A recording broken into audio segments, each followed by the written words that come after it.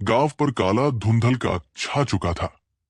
लोग घरों से भाग रहे थे, लेकिन हर रास्ता उसी धुएं में समा जाता।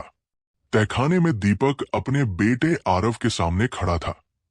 आरव की आवाज अब उसकी नहीं रही, बल्कि किताब की गूंज जैसी थी।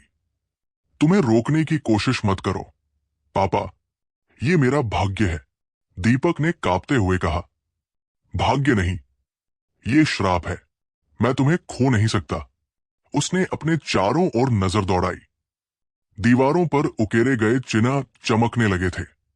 दीपक को याद आया, उसके पिता ने कभी कहा था कि किताब को श्रापित करने वाली शक्ति उसी के चिन्हों में कैद है।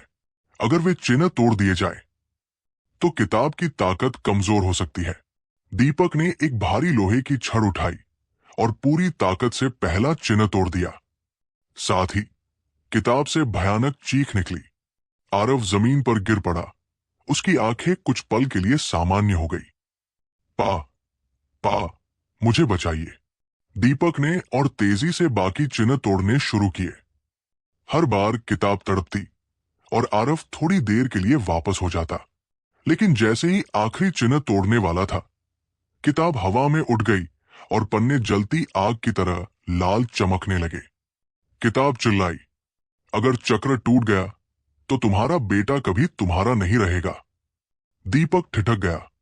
उसके सामने दो रास्ते थे। अगर चिन्ह तोड़कर किताब नष्ट करता है तो हो सकता है आरव की जान चली जाए। अगर किताब को छोड़ देता है तो आरव जिंदा रहेगा, लेकिन हमेशा के लिए उसका हिस्सा बन जाएगा। दीपक की आंखें भीग गई। उसने छड़ कसकर पकड़ी और आखिरी चिन्ह पर वार कर दिया। कमरा रोशनी से भर गया। एक धमाके के साथ किताब राख में बदल गई। आरव चीखता हुआ जमीन पर गिर पड़ा। दीपक दौड़कर उसे गले से लगा लिया, लेकिन जैसे ही उसने बेटे का चेहरा देखा, आरव की आंखें अब भी काली थी और होठों पर हल्की सी मुस्कान थी। पापा, किताब तो गई, लेकिन मैं तो यहां हूं। दीपक ने बेटे को सीने से लगाया, लेकिन उसकी रीढ़ में ठंडक दौड़ गई। आरव की नब्ज चल रही थी। वो सांस भी ले रहा था, पर उसकी आंखें पूरी तरह काली थी, जैसे उनमें कोई इंसानी रोशनी बची ही न हो। पापा, आरव ने बर्फ सी ठंडी आवाज में कहा। किताब राख बन गई, लेकिन उसकी आत्मा अब मेरे भीतर है। दीपक ने घबराकर उसे झिंझोड़ा। नहीं, मैं तुझे बचा सकता हूं। मैं तुझे कभी खोने नहीं दूंगा। आरव मुस्कराया और उसी मुस्कान में किताब की गूंज सुनाई दी। अब खेल खत्म नहीं होगा। चक्र इंसानों से नहीं टूटता, खून से चलता है। तभी तहखाने की टूटी दीवारों से काली धुंध फिर से रिसने लगी।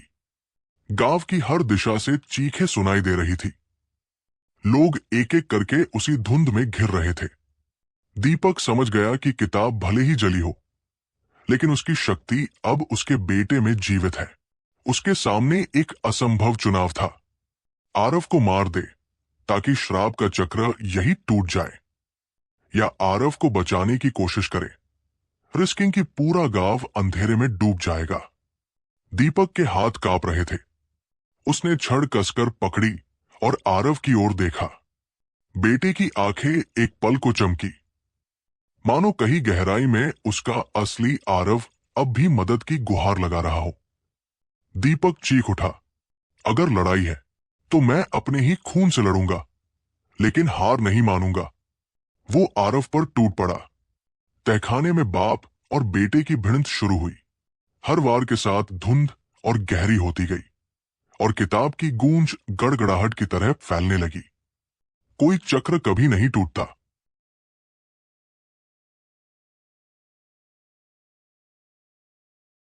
तहखाने में बाप और बेटे की भिड़ंत जारी थी। दीपक की हर कोशिश बेकार जा रही थी। आरव अब इंसान से ज्यादा किताब की शक्ति बन चुका था। उसकी हर हरकत हवा को चीर देती, दीवारें टूटने लगती और धुंध और गहरी होती जाती। दीपक थक चुका था। उसने छड़ जमीन पर गिरा दी और कांपती आवाज में कहा, अगर तुझे जीतना है तो ले ले मेरी जान, लेकिन मेरे बेटे को छोड़ दे। आरव की आंखें चमक उठीं। अचानक उसके भीतर से दो आवाजें टकराईं। एक मासूम बच्चे की जो पुकार रही थी, पापा मुझे बचाओ, और दूसरी किताब की गूंज जो गरज रही थी, कुर्बानी दो, तभी चक्र पूरा होगा। दीपक ने बिना सोचे समझे अपने सीने पर हाथ रखा और चाकू से खुद को घायल कर दिया। उसके खून की बूंदें जमीन पर गिरी और चिन्हों पर फैल गई। कमरा जोर से हिलने लगा। धुंध चीखते हुए सिमटने लगी और किताब की राख फिर से जलने लगी, मानो आग में पिघल रही हो। आरव जमीन पर गिरा। उसके होंठ कांप रहे थे। पा, पा, आपने ये क्यों किया? दीपक ने आखिरी सांस लेते हुए मुस्कुराकर कहा, क्योंकि तुझसे बड़ा सच कुछ नहीं, बेटा। उसके शब्दों के साथ ही किताब राख में बिखर कर हवा में उड़ गई। धुंध छंट गई। गांव पर पहली बार सूरज की किरणें पड़ी। आरव ने अपने पिता का निर्जीव शरीर बाहों में लिया और रो पड़ा। लेकिन तभी हवा में हल्की फुसफुसाहट गूंजी। चक्र कभी नहीं टूटता, बस खून बदलता है। आरव ने कांपकर ऊपर देखा। आसमान साफ था, लेकिन उसकी आंखों में अब भी कालेपन की हल्की झलक थी, मानो किताब की परछाई कहीं गहराई में अब भी जीवित हो। साल बीत गए। दीपक की कुर्बानी के बाद गांव सामान्य हो गया। लोग कहते थे कि श्राप अब खत्म हो गया है, पर आरव जानता था यह सच नहीं था। वो बड़ा हो चुका था। अब वो एक नौजवान था, लेकिन उसकी आंखों में कभी कभी वही काली चमक झलक जाती थी। जब भी गुस्सा आता या डरावने सपने आते, किताब की फुसफुसाहट सुनाई देती, तुम चुने हुए हो, चक्र को आगे बढ़ाना ही होगा। आरव इस आवाज से लड़ता रहा। दिन में वो गांव वालों की मदद करता, बच्चों को पढ़ाता और बाहर से सबको लगता कि वो अपने पिता जैसा ही नेक दिल इंसान है। लेकिन रात को जब अकेला होता, दीवारों पर परछाइयां नाचती और राख धीरे धीरे हिलती मानो जिंदा हो। एक रात वही राख अपने आप मिलकर आधी किताब का आकार बनाने लगी। आरव ने कांपते हुए उसे छूना चाहा, तभी दीवार पर उसके पिता की परछाई उभरी। दीपक की धुंधली आकृति बोली, आरव, इस किताब को मत अपनाना, मेरी कुर्बानी व्यर्थ मत कर। आरव की आंखें भर आई। पापा, मैं लड़ना चाहता हूं, लेकिन ये मुझे खींच रही है। हर दिन, हर पल।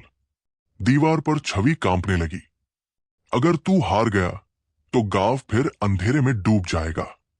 याद रख, श्राप को पूरी तरह खत्म करने का रास्ता है, लेकिन उसके लिए तुझे उस जगह जाना होगा जहां ये किताब पहली बार लिखी गई थी। आरव हड़बड़ा गया। कहां? दीपक की परछाई फीकी पड़ती हुई बोली, पहाड़ों के उस पार, प्राचीन खंडहरों में। वही असली रहस्य दफन है। और परछाई गायब हो गई। आरव के सामने राख से बनी अधूरी किताब चमकने लगी। वो समझ गया, अब उसे अपने पिता की अधूरी लड़ाई पूरी करनी होगी। आरव ने ठान लिया कि अब वो भागेगा नहीं।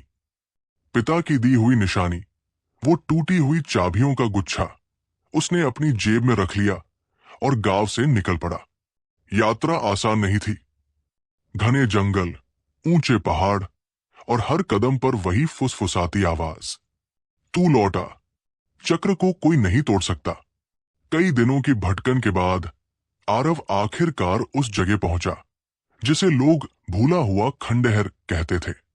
वहां सदियों पुराने पत्थर के खंभे टूटे गिरे पड़े थे और दीवारों पर वही चिन्ह खुदे हुए थे जो उसने अपने घर के तहखाने में देखे थे। जैसे ही वो भीतर गया, जमीन कांपने लगी। अचानक हवा में राख घूमने लगी और अधूरी किताब पूरी होकर उसके सामने आ गई। किताब अपने आप खुली और उसमें लिखा था, स्वागत है उत्तराधिकारी। यही वो जगह है जहां चक्र शुरू हुआ था। आरव की सांसें तेज हो गई। दीवारें चमकने लगी और एक विशाल आकृति उसके सामने खड़ी हो गई। वो इंसान जैसा नहीं था, काले धुएं से बनी एक लंबी परछाई जिसकी आंखें लाल अंगारों की तरह चमक रही थी। उसने गूंजती हुई आवाज में कहा, मैं वही हूं जिसने तुम्हारे पूर्वजों से पहला सौदा किया था। उनकी लालच से ये किताब बनी और उनके खून से ये चक्र चलता आया है। आरव कांप गया। अगर ये श्राप है तो मैं इसे यही खत्म कर दूंगा। परछाई ठहाका मारकर हंसी। कुर्बानी के बिना कुछ नहीं टूटता। या तो तू खुद को अर्पित कर या फिर पूरा गांव निगल जाएगा। आरव के हाथ कांप गए। क्या वो अपने पिता जैसी कुर्बानी देगा या कोई और रास्ता खोजेगा जिससे किताब और श्राप दोनों मिट जाए?